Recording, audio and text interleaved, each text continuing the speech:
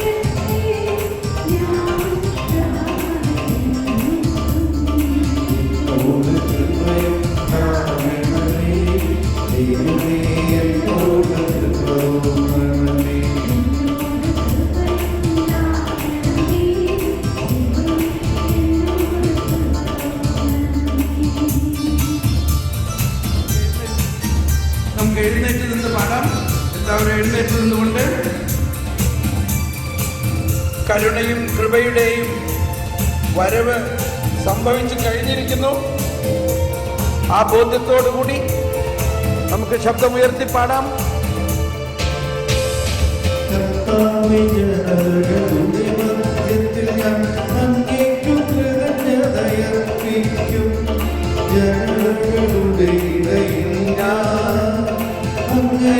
പാടി പുകഴ്ത്തും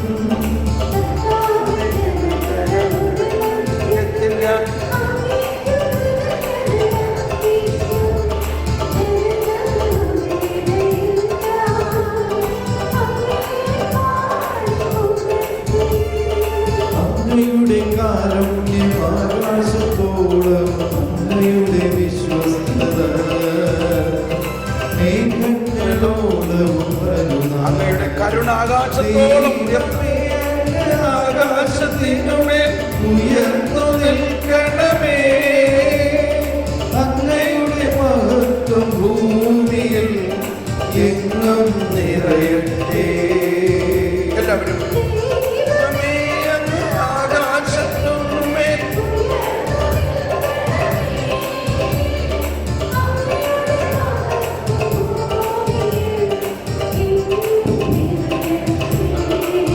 കരുണ അങ്ങയുടെ കാരുണ്യം ആകാശത്തോളം അങ്ങയുടെ വിശ്വസ്തത മേഘങ്ങളോളം അങ്ങയുടെ കരുണ ഒന്നുകൂടി അങ്ങയുടെ കാരുണ്യം ആകാശത്തോളം അങ്ങയുടെ വിശ്വസ്തത മേഘങ്ങളോളം ആദ്യത്തെ പരിപാടി എന്നോട് കൃപയുണ്ടാകണമേ. കടലാസ് മാറ്റിവെച്ച് കൈയടിച്ച് പാടാം. കൈയടിച്ച് പാടി.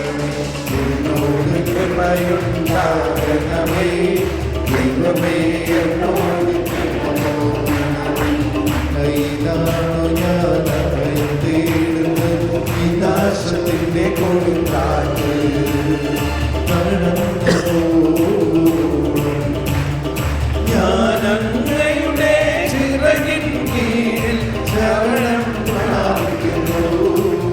എല്ലാവരും ശബ്ദമുയർത്തി ത്തിന്റെ കൊടുങ്കാറ്റ്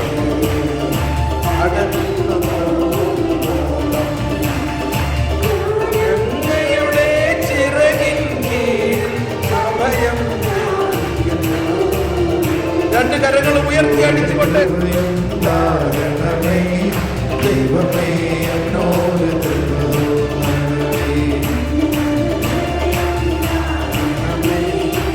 ചെയിൻ സോങ്.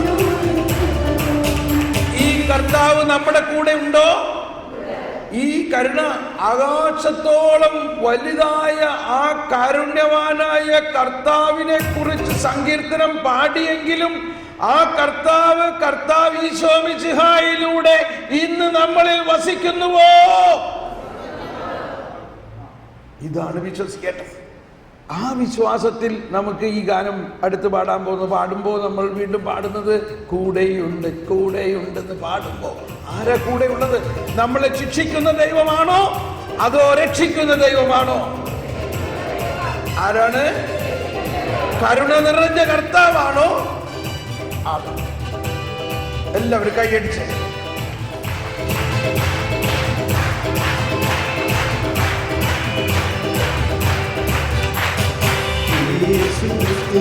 ജീവിക്കുന്നു, എന്റെ ഹൃത്തിൽ ജീവിക്കുന്നു.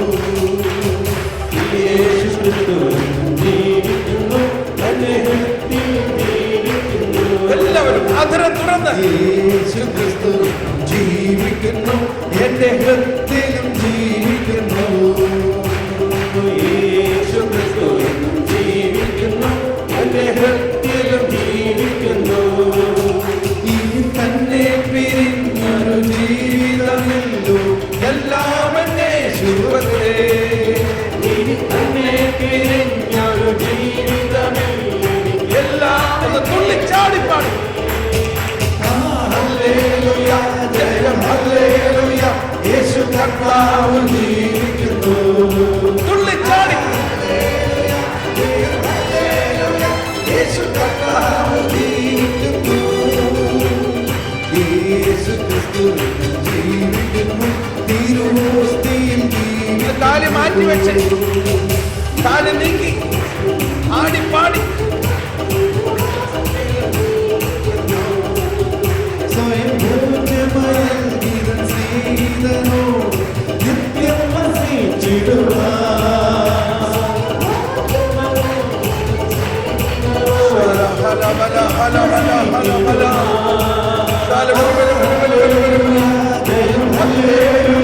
യേശു കർത്താവ് ജീവിക്കുന്നു.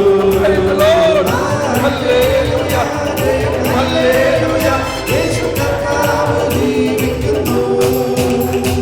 സാഗരങ്ങളെ ശാന്തമാക്കിയോ ശക്തനായവൻ കൂടെയുണ്ട്.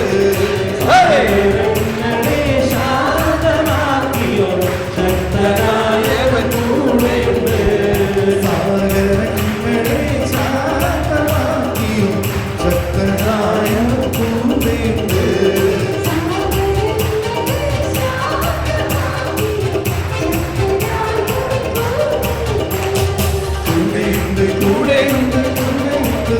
കറങ്ങിത്തിരിഞ്ഞ് എല്ലാവരും ഒന്ന് കറങ്ങിത്തിരിഞ്ഞ് പാടാം. പേടില്ല,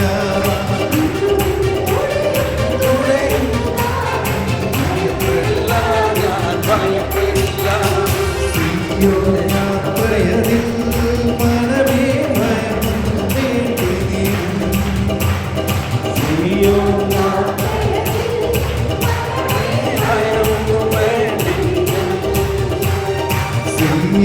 യാത്രയതിൽ മനമേ ഭയമൊന്നും വേണ്ടിനി.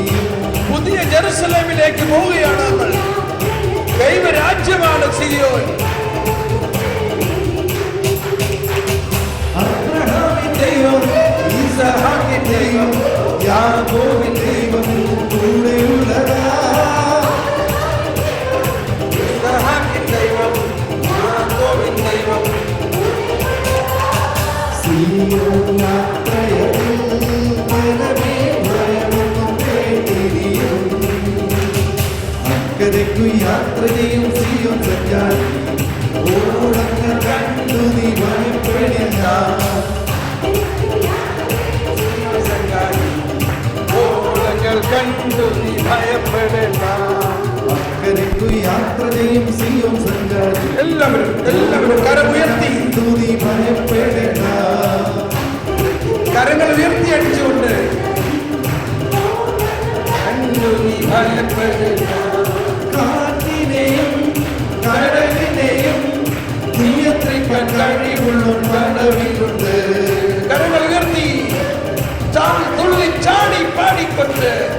ചാടിപ്പാടും. അക്കരയ്ക്കു യാത്ര ചെയ്യും സിയോൻ സഞ്ചാരി, ഓളങ്ങൾ കണ്ടു നീ ഭയപ്പെടേണ്ട.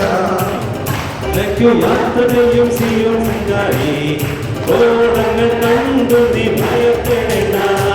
ചെങ്കടലിൽ നീ എന്നു പറഞ്ഞൊരുത്തി, വിൽമക്കൾ മണ്ണ പൊഴിച്ചു.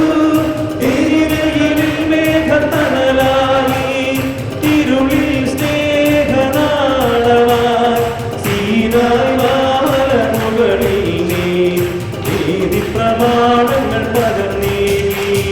ചെങ്കടലിൽ നീ എന്നു പറഞ്ഞൊരുത്തി, വിൽമക്കൾക്കു മണ്ണ പൊഴിച്ചു.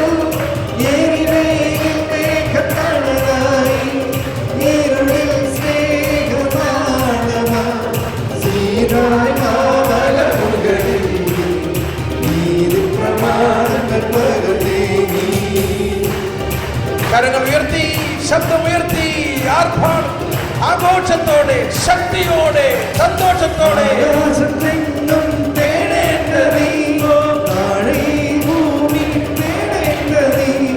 കനിവിന്നാഥൻ സ്നേഹസ്വരൂപൻ എന്നും നിന്റെ കൂടെയുണ്ട്. ആകാശത്തെങ്ങും തേടേണ്ട നീ, താഴെ ഭൂമിയിലും തേടേണ്ട നീ.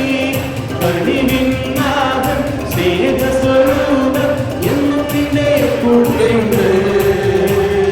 ഇന്നും നിന്റെ മനസ്സും തുറന്നിടിൽ, ഇന്നും ഈശോ നിന്റെ കൂടെ വാഴും.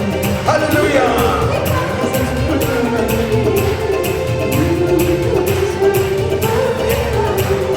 ശ്രീയേശുനാമം അതിശയനാമം, ഏഴേൻപതാമം. ശ്രീയേശുനാമം അതിശയനാമം, ഏഴേനിക്കിമ്പനാമം. എല്ലാ നാമത്തിലും മേലായ നാമം, ഭക്തജനം പാട്ടും നാമം. എല്ലാ നാമത്തിലും മേലായ നാമം, ഭക്തജനം പാട്ടും നാമം. എല്ലാ മുഴക്കാലം മടങ്ങിടും തിരുമുമ്പിൽ വല്ലഭത്തോടുള്ള നാമം.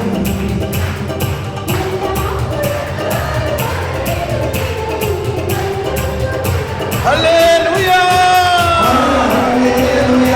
ജയം ഹല്ലേലൂയ. യേശു കർത്താവ് ജീവിക്കുന്നു നമ്മുടെ ഹൃദയത്തിൽ. യേശു കർത്താവ് ജീവിക്കുന്നു. ഒരു വലിയ കയ്യടി. ഹല്ലേലൂയ. യേശു കർത്താവ് ജീവിക്കുന്നു. ഹല്ലേലൂയ, ഹല്ലേലൂയ, യേശു കർത്താവ് ജീവിക്കുന്നു. ഹല്ലേലൂയ. Praise the Lord. ഇരിക്കാം. ഇപ്പോൾ നമ്മൾ കൂടുതൽ ആഴമായി മനസ്സിലായി വരികയാണ് കർത്താവ് ജീവിക്കുന്നു എന്നതിൻ്റെ അർത്ഥം എന്താണ്. നമ്മുടെ സകല പാപങ്ങളെയും മാറ്റിമറിച്ചു. സങ്കീർത്തനം 18 ഒന്ന് പാടി കേൾക്കാമെന്ന്. സങ്കീർത്തനം 18 കടലാസിലുണ്ടോ? കടലാസിലില്ല കേട്ടോ. സങ്കീർത്തനം 18 കടലാസിലില്ല. ഒന്ന് കേട്ടോ. എന്താണ് കർത്താവ് നമുക്ക് വേണ്ടി ചെയ്തത്? കർത്താവ് ആരാണ്?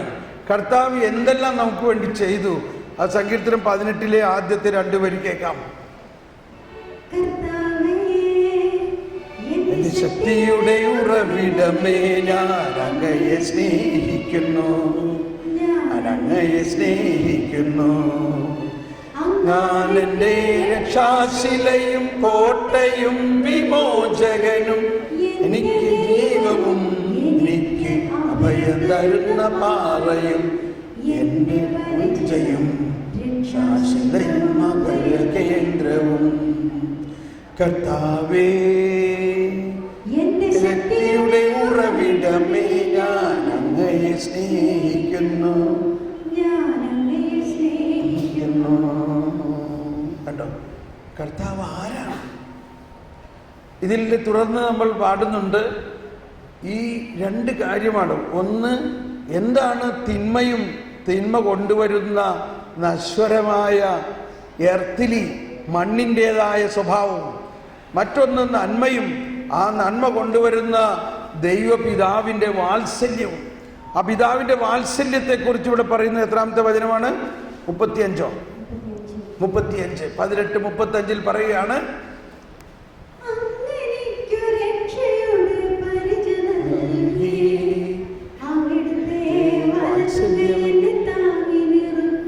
കേട്ടോ, അങ്ങെനിക്ക് വലിയവനാക്കി, അങ്ങെനിക്ക് രക്ഷയുടെ പരിച നൽകി, അവിടുത്തെ വാത്സല്യം എന്നെ അതിനു മുമ്പ് താങ്ങി നിർത്തി. പിന്നെ രണ്ടാമത് പറയുകയാണ്, അവിടുത്തെ വാത്സല്യം എന്നെ. ഈ ഒരു വാക്ക് മലയാള ഡിക്ഷണറിയിലൊക്കെ ഉണ്ട്, പക്ഷേ നമ്മുടെ വീട്ടിലുണ്ടോ? പറയും. ഈ വാത്സല്യം എന്ന ആ ദൈവപിതാവിൻ്റെ സ്വഭാവത്തെ ആണ് വാസ്തവത്തിൽ ഈശോ കർത്താവ് പരിശുദ്ധാത്മാവിലൂടെ നമുക്ക് നൽകിയിരിക്കുന്നത്. ഒന്ന് പറഞ്ഞ എല്ലാവരും, എന്താണിത്? വാത്സല്യം. ഒന്ന് ശബ്ദമുയർത്തുന്നു പറഞ്ഞ്, വാത്സല്യം. ഇത് ഇന്ന് ഒരു ദിവസത്തേക്കെങ്കിലും നമുക്കൊന്ന് പരിപാലിക്കാൻ നോക്ക്. വീട്ടിൽ ചെല്ലുമ്പോൾ നമ്മളെ സ്നേഹിക്കുന്നവരോട് നമുക്ക് വാത്സല്യമുണ്ട്. അതല്ല യഥാർത്ഥ വാത്സല്യം. നമ്മളെ സ്നേഹിക്കാത്ത ഒരമ്മായിയമ്മയോട്, നമ്മളെ സ്നേഹിക്കാത്ത ഒരു മരുമോളോട്, നമ്മളെ സ്നേഹിക്കാത്ത സഹോദരി സഹോദരന്മാരോട്, നമ്മളെ സ്നേഹിക്കാത്ത മദ്യപാനിയായ നമ്മുടെ ഭർത്താവിനോട്.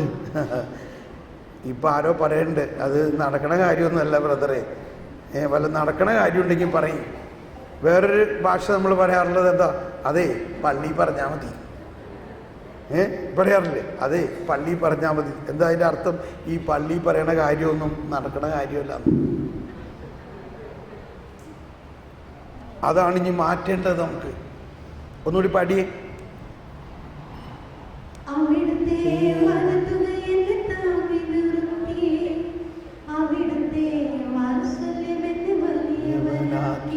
ആദ്യം മുതൽ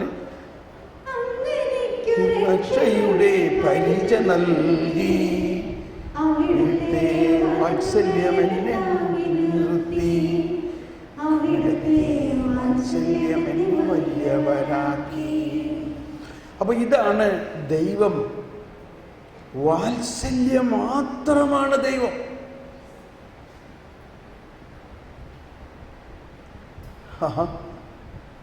ആദ്യമായിട്ട് കേൾക്കണമായിരില്ലേ? അതുകൊണ്ടാണ് കർത്താവീശോ മിശിഹ വന്നിട്ട് ഈ കണ്ടനോടും ഇടയോടനോടും പാപിയോടും എല്ലാം അങ്ങ് പോയി വാത്സല്യം കാണിക്കണ കാണുമ്പോൾ അത്രയും നാളും നിയമം പാലിച്ചിരുന്ന ഫരിസയർക്ക് ഭയങ്കര അസൂയ. മാത്രമല്ല പിറുപിറുക്കുകയാണ്, ഇവരെന്താണ് ഈ പാപികളോടൊപ്പം ഭക്ഷണം കഴിക്കണേ?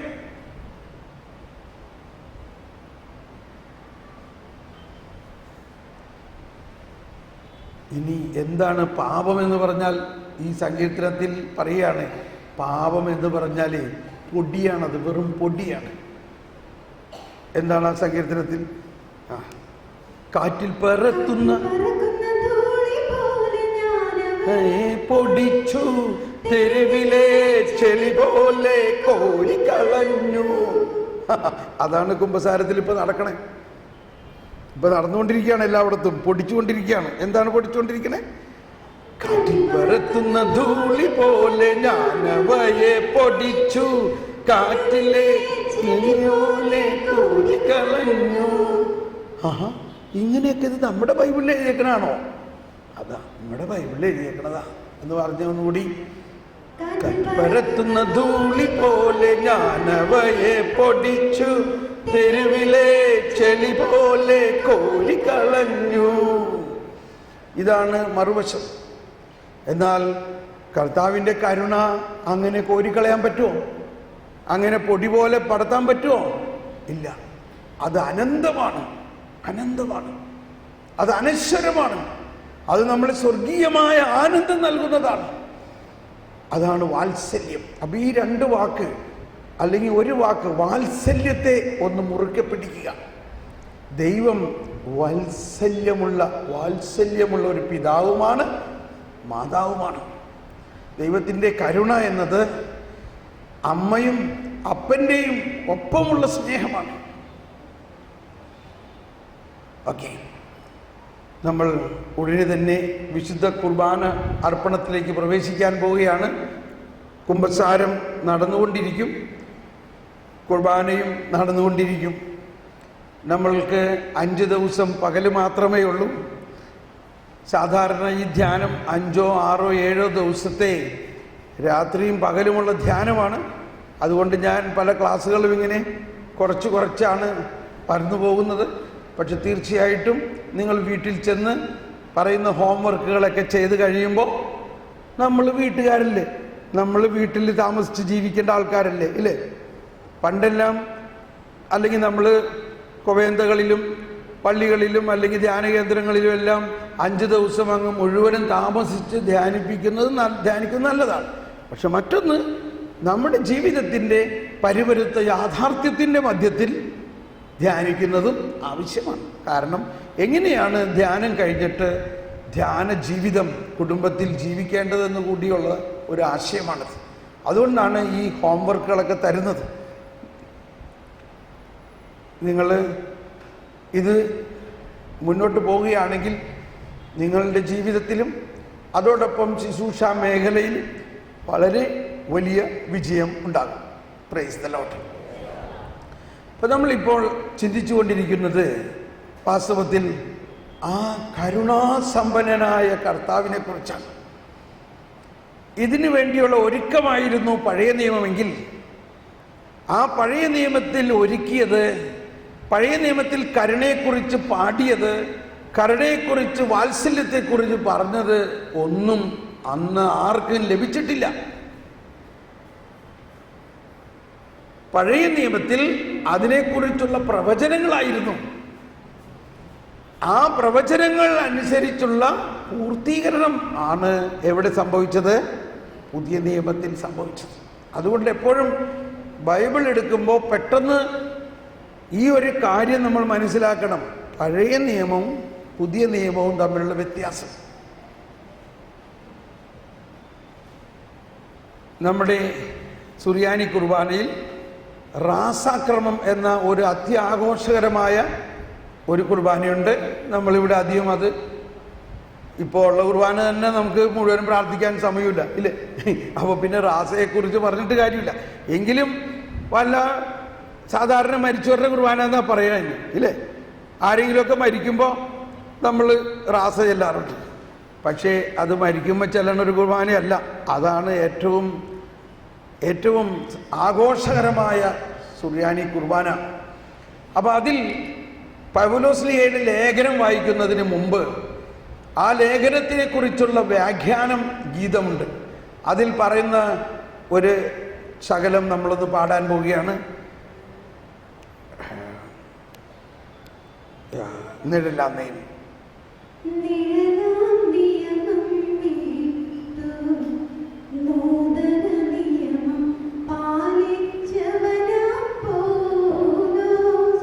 സ്ലീഹ തന്നുടെ മാതൃക നിങ്ങൾ കൈക്കൊണ്ടിടുവിൻ. ഒന്നുകൂടി. നിഴലാം നിയമം വിട്ടു നൂതന നിയമം പാലിച്ചവനാം പൗലോസ്. സ്ലീഹ തന്നുടെ മാതൃക നിങ്ങൾ കൈക്കൊണ്ടിടുവിൻ. അടുത്തത്. ശൗലെന്നായൂതൻ നിയമം ചാർത്തും തിരശീലകളാലന്ധൻ മിശിഹ അവനിൽ തൻ നിയമത്താൽ കാഴ്ചപകർന്നു. ഇസ്രായേലിൻ തീഷ്ണൻ ശൗലിനെയ നാഥൻ പരിചിൽ നേടി സഭ തന്നിൽ തീഷ്ണതയേറും പൗലോസ്ലീഹയുടെ ലേഖനങ്ങളിലാണ് പുതിയ നിയമത്തിൻ്റെ രഹസ്യങ്ങൾ മുഴുവനും ഈശോ തന്നെ പകർന്നു കൊടുത്തിരിക്കുന്നത്. ഈശോ പൗലോസ്ലീഹായെ തന്നെ തിരഞ്ഞെടുത്തതിൻ്റെ ഒരു കാരണം, ശൗൽ എന്ന യൂതൻ ഇസ്രായേലിൽ തീഷ്ണൻ. പൗലോസ് തന്നെ തൻ്റെ ലേഖനഭാഗത്ത് പറയുന്നുണ്ട്, ഞാൻ ഫരിസേയനായിരുന്നു, ഒരു എബ്രായനാണ്, നിയമം അനുസരിക്കണമെന്ന് വാശി പിടിച്ച് നിയമം അനുസരിക്കാത്തവരെ ശിക്ഷിച്ചിരുന്നവനാണ്. എന്നാൽ ആ ഫരിസേയ സ്വഭാവത്തെ എൻ്റെ കർത്താവായ യേശുക്രിസ്തു മാറ്റി. വെള്ളം വീഞ്ഞായോ? അപ്പോൾ വെള്ളം വീഞ്ഞായോ? ഈ സാവൂള് പുതിയ സൃഷ്ടിയായി മാറിയോ? അതാണ് പുതിയ സൃഷ്ടിയാവുക എന്നതിനർത്ഥം. നിഴലാം നിയമം വിട്ടു നൂതന നിയമം പാലിച്ചവനാം പൗലോസ്. അപ്പോ ഈ പഴയ നിയമത്തിലെ 10 കൽപ്പനകളും കണിശമായി പാലിക്കണം എന്നതാണ് നമ്മുടെ ആഗ്രഹം. ആയിക്കോട്ടെ, കുഴപ്പമില്ല. പക്ഷെ എന്നിട്ട് ഇപ്പോഴും പറ്റുന്നുണ്ടോ? എന്താ വലിയമ്മച്ചി, ഇപ്പോഴും 10 കൽപ്പന ശരിക്കും പാലിക്കാൻ പറ്റുന്നുണ്ടോ? ഇപ്പം എത്ര വയസ്സായി? 75 വയസ്സായോ? ഇല്ലേ? 75 വയസ്സായിട്ടും നമുക്ക് പറ്റണില്ല. ശരിയല്ലേ? എന്തുകൊണ്ട് പറ്റുന്നില്ല? നമ്മൾ നിയമത്തെ മുറുക്കെ പിടിച്ചിരിക്കുകയാണ്. പക്ഷെ ഈശോ കർത്താവ് വന്നിട്ട് എന്താ പറയാ? നിയമത്തെ മുറുക്കെ പിടിച്ചത് കൊണ്ട് നിയമം പാലിക്കാൻ നിനക്ക് പറ്റില്ല. ഞാൻ വന്നിരിക്കുന്നത് ഈ നിയമത്തെ പൂർത്തിയാക്കാനാണ്. അപ്പോൾ നീ എന്ത് ചെയ്യണം? നീ എന്നെ മുറുക്കെ പിടിക്കണം. ആരെ? കർത്താവ് ഈശോമിശിഹായെ. അവൻ നിയമത്തിന്റെ പൂർത്തീകരണമാണ്. അവൻ നിയമത്തിന്റെ പൂർത്തീകരണമാണ്. ഇപ്പൊ ജ്ഞാനത്തിന് വേണ്ടി കുറെ പ്രാർത്ഥിച്ചത് കൊണ്ട് ഇപ്പൊ ഈ പറഞ്ഞത് മനസ്സിലാവും. നാളെ വെളുപ്പിനും വീണ്ടും ജ്ഞാനത്തിന് വേണ്ടി പ്രാർത്ഥിക്കുമ്പോൾ ഇതിന്റെ കൂടുതൽ ആഴങ്ങളിലേക്ക് പോകും. നമ്മളിപ്പോഴും ഈ 10 കൽപ്പനയെ വിശദമായിട്ട് പഠിച്ച് അത് നീ അക്ഷരം പ്രതി പാലിക്കണം, പാലിക്കാത്തവരെ ശിക്ഷിക്കും എന്നുള്ള മനോഭാവത്തിലാണ് എങ്കിൽ, സ്നേഹമുള്ളവരെ എന്നോട് ക്ഷമിക്കണം ഞാനിത് പറയുന്നത് കേൾക്കുമ്പോൾ, ഈ മനോഭാവമാണ് നമുക്കുള്ളതെങ്കിൽ അത് ക്രിസ്തുവിൻ്റെ മനോഭാവം അല്ല, അത് ദൈവത്തിൻ്റെ വാത്സല്യം അല്ല, അത് ഫരിസേയ മനോഭാവമാണ്. അതുകൊണ്ട് തന്നെ ഈ പാപം നമ്മളെ വിട്ടു പോകുന്നില്ല. പാപം നമ്മളെ വിട്ടു പോകുന്നത് നമ്മുടെ ശക്തിയിലൂടെ അല്ല, മറിച്ച് ആരിലൂടെയാണ്? കണ്ടോ, കുരിശിൽ തൂങ്ങിയത് എന്തിനാണ്? യേശു കുരിശിൽ യേശു എന്ത് ചെയ്തു?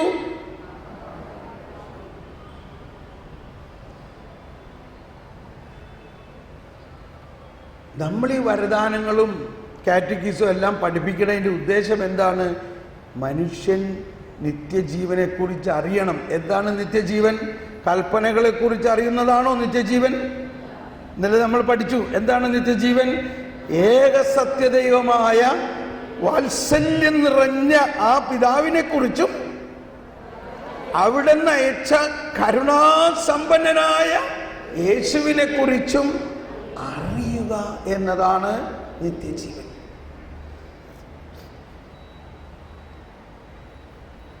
സ്നേഹമുള്ളവരെ, ഞാൻ ഇതെല്ലാം അറിഞ്ഞപ്പോൾ എനിക്കുണ്ടായ പശ്ചാത്താപം എൻ്റെ പാപത്തെക്കുറിച്ചൊന്നുമല്ല. ദൈവമേ, ഇക്കാലം അത്രയും ഞാൻ ഇത്രയും വചനം പ്രഘോഷിച്ചിട്ട് പോലും ഈ കരുണാസമ്പന്നനായ ദൈവത്തെ ഞാൻ അറിയുന്നില്ലല്ലോ. ഞാനിപ്പോഴും എൻ്റെ പാപത്തെ നോക്കിക്കൊണ്ട് ജീവിക്കുന്നു. മറിച്ച് ആരെ നോക്കി ജീവിക്കണം? ക്രിസ്തു കേന്ദ്രീകൃത ജീവിതം എന്ന് പറയും. ക്രിസ്തു കേന്ദ്രീകൃത ജീവിതം, ക്രിസ്തുവിനെ നോക്കുക.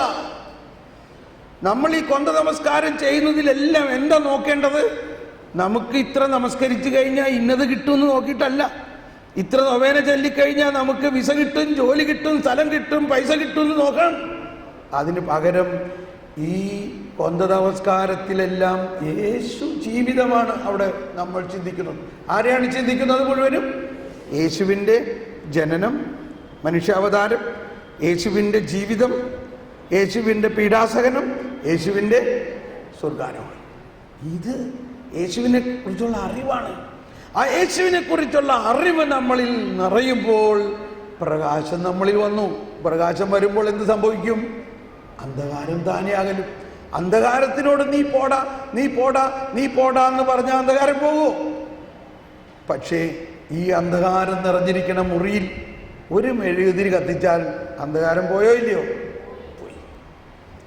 അതാണ് ഈശോ പറഞ്ഞത്, പ്രകാശം, ഞാൻ ലോകത്തിൻ്റെ പ്രകാശമാണെന്ന് പറഞ്ഞ ഈശോ പിന്നീട് എന്തു പറഞ്ഞു? നിങ്ങൾ ലോകത്തിൻ്റെ പ്രകാശമാണ്. അപ്പൊ ഈ പ്രകാശമാണ് അന്ധകാരത്തിനെ അകറ്റുന്നത്. ആ പ്രകാശത്തെക്കുറിച്ച് നമ്മൾ അറിയണം, ആ പ്രകാശത്തിൽ വിശ്വസിക്കണം. ആ പ്രകാശം എങ്ങനെ നമ്മുടെ ഉള്ളിൽ സ്ഥാപിക്കാൻ പറ്റും? ആ പ്രകാശമാണ് പുതിയ നിയമം. നമ്മളിപ്പോൾ കേട്ടു, നീഴെല്ലാം നിയമം വിട്ടു. ഇത് പൗലോസ്ലീഹ എബ്രായക്കാർക്ക് എഴുതിയ ലേഖനത്തിൽ 8-ാം അധ്യായത്തിൽ 7-ാമത്തെ വചനമാണ്. 8-ാം അധ്യായത്തിൽ 7-ാമത്തെ വചനത്തിൽ പറയുന്നത് ഇതാണ്: പഴയ നിയമത്തിൽ പൂർണ്ണത ഉണ്ടായിരുന്നുവെങ്കിൽ പുതിയതൊന്നിൻ്റെ ആവശ്യമുണ്ടായിരുന്നില്ലല്ലോ. നിഴലാം നിയമം അല്ല അവിടെ പറയുന്നത്. പഴയ നിയമം അപൂർണമായതുകൊണ്ടല്ലേ പുതിയതൊന്നും ഉണ്ടാവേണ്ടത്, ഇല്ലേ? അപ്പോൾ പഴയ നിയമത്തിൽ അപൂർണത ഉണ്ടായിരുന്നുവെന്നും ആ അപൂർണതകളെല്ലാം പരിഹരിച്ചുകൊണ്ട് പുതിയ നിയമം വന്നിരിക്കുന്നു.